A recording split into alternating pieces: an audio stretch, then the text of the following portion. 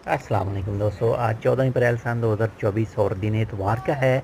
ये देखें, इस शख्स के काम थोड़े से चेक करें ज़रा। क्या वादी के अंदर सेंटर में आकर इसको सेल्फ़ी बनाना जो है वही अच्छा लगा है। और ये सेल्फ़ी आपने देखा होगा, जब वीडियो स्टार्ट होती है तो ये सेल्फ़ी बना रहा होता है।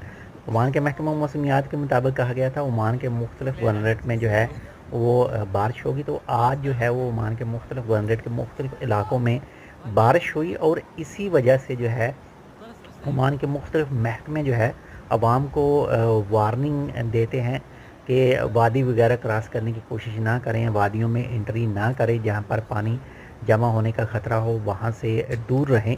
तो ये देखें, ये शख्स ये देखें सेल्फ़ी बना रहा है।